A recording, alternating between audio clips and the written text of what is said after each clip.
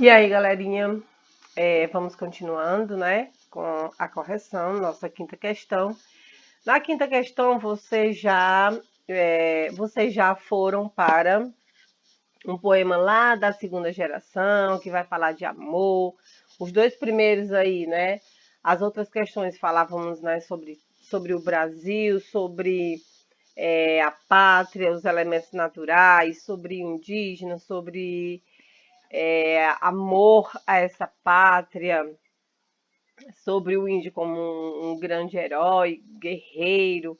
E agora, na segunda parte da correção, nós iremos, né, também falar sobre as temáticas abordadas nesta segunda geração, que eram mais sobre o amor mesmo, né? E o poema que foi retirado lá do livro de vocês, Se Morre de Amor, do Gonçalves Dias, é um poema que vai com certeza expressar todo esse sentimento aí do eu lírico por meio desses versos, né? Falar sobre o amor, sobre esse sentimento que tanto mexe com as pessoas, né? Que é capaz de fazer loucuras na vida de uma pessoa que ama, que está apaixonado. E a segunda geração, ela falou muito, né? Ela falou mais do que outras gerações, certamente, sobre esse sentimento. Ok? A quinta questão, ela pede o quê? Para que você cite, né, as diferentes formas como o eu lírico vê o amor no poema.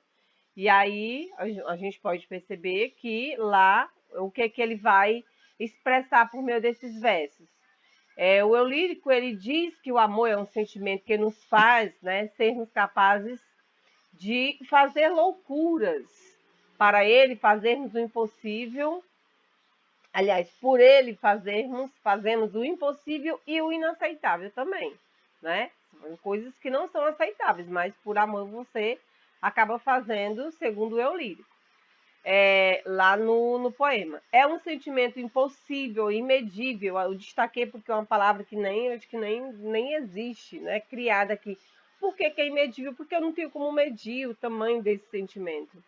Ele nos traz muitas alegrias, momentos felizes, mas também tristezas e decepções, claro, né?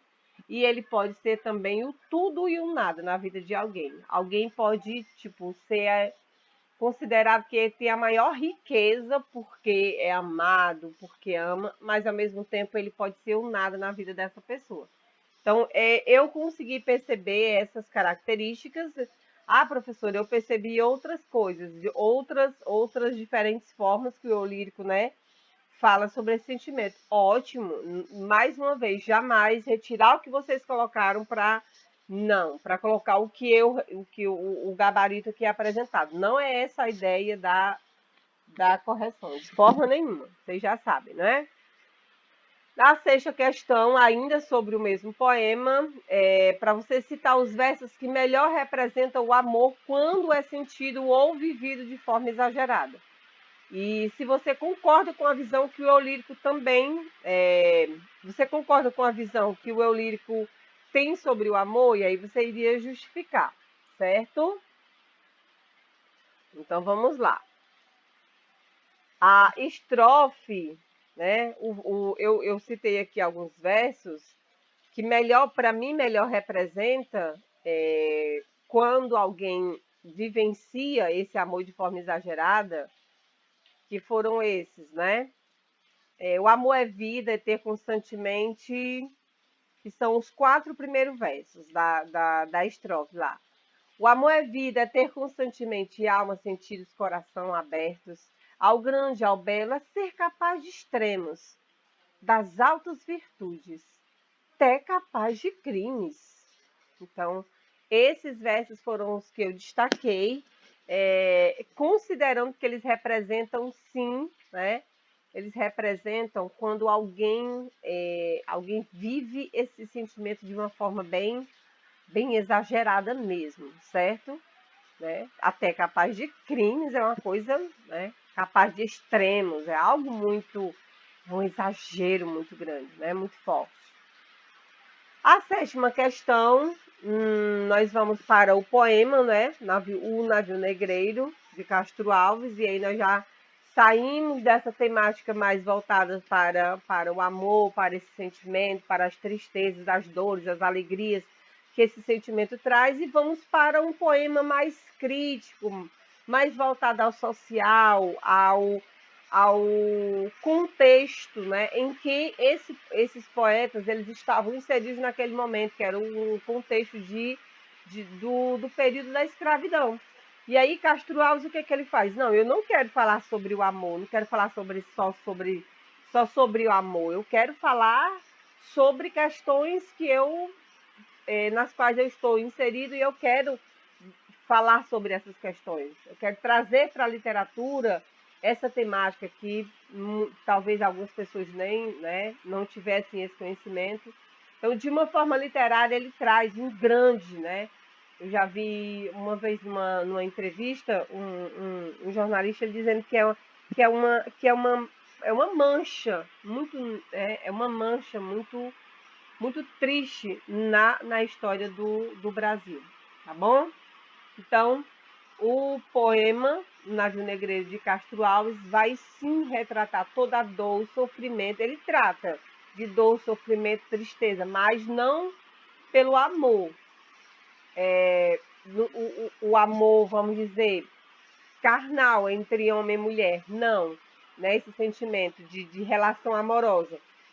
Essa dor também provocada pelo amor, mas de uma outra forma. Do amor que era, por exemplo, de uma mãe que era retirada do seu lar, deixando seus filhos lá. A dor da saudade de quem parte, né? Da terra natal onde vivia. A questão 7. Cite a estrofe que descreve o sofrimento vivido pelos escravos durante o trajeto da África para o Brasil no navio negreiro. Então, a estrofe que eu destaquei foi a 7ª estrofe. Nela há uma descrição do porão do navio, o local onde eles ficavam durante o trajeto da África para cá. Na questão 7, perdão, na 7ª estrofe, ele vai dizer, né? Ontem a serra leoa, a guerra, a caça ao leão, o sono dormido à toa, sob as tendas da amplidão. Hoje, o porão negro, fundo, infecto, apertado e imundo, tendo a peste por jaguar, e o sono sempre cortado pelo arranco de um finado, e o baque de um corpo ao mar.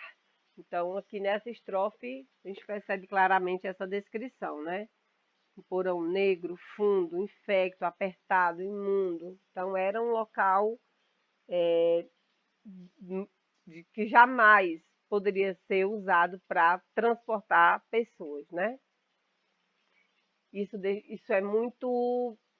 é uma descrição muito, vamos dizer assim, carregada mesmo, né? De um sentimentalismo muito realista, vamos dizer assim.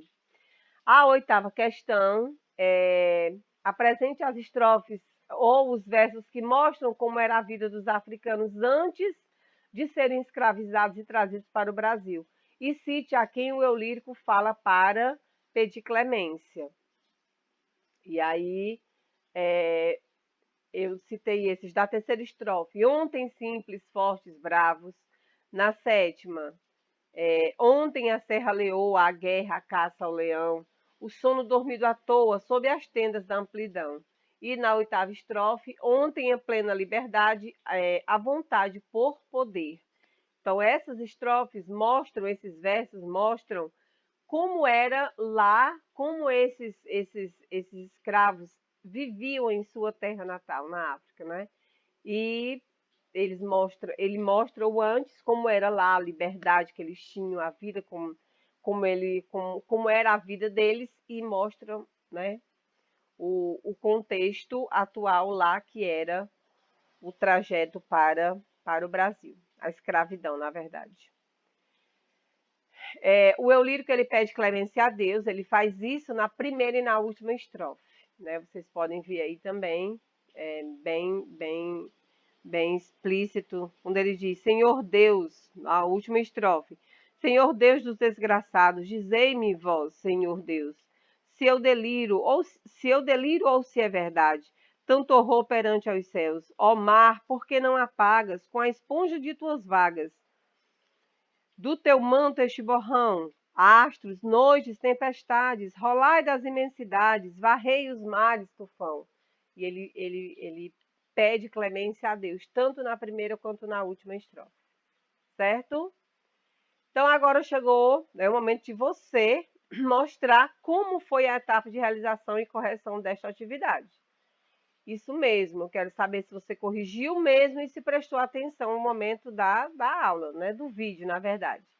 E aí eu tenho aqui algumas perguntinhas que você vai responder e ao final eu tenho duas que são, vamos dizer, obrigatórias. Você precisa sim responder a estas duas, tá bom? E aí, ai, professora, eu não sou obrigada a todos? Não, deu para responder duas das quatro aqui, mas a sétima e a oitava, elas são obrigatórias, você tem que responder. Então, qual questão você teve mais dificuldade? Por que você teve, né? Ah, eu não consegui encontrar resposta, tive que reler, ler e reler. Você não conseguiu alguma questão, responder alguma questão? Qual? Qual das questões você teve mais facilidade para responder? Qual das 8 questões sua resposta ficou mais semelhante às que eu apresentei? E qual das 8 sua resposta ficou totalmente diferente? Não, professor, isso não aconteceu. Ótimo. E a sexta e a sétima, você sim tem que responder, obrigatoriamente, tá bom? O que você considera como ponto positivo e negativo da correção da atividade na aula de hoje? E a correção dessa atividade, de que forma ela contribuiu para a sua aprendizagem? Justifica lá, rapidinho, de forma bem objetiva, ok? É isso, galerinha, nossa correção, né? A correção das questões de hoje. Eu espero que vocês considerem o que foi corrigido, que vocês avaliem, se precisar acrescentar alguma coisa, altere, mas que fique realmente que este seja um momento de aprendizagem, né? Significado para vocês, tá bom? Um cheiro no coração de cada um de vocês. Fiquem com Deus, fiquem em casa, se cuidem e eu desejo a todos, né, aí uma semana de saúde, de muita saúde para vocês e para as vossas famílias, tá bom? Cheiro no coração de vocês.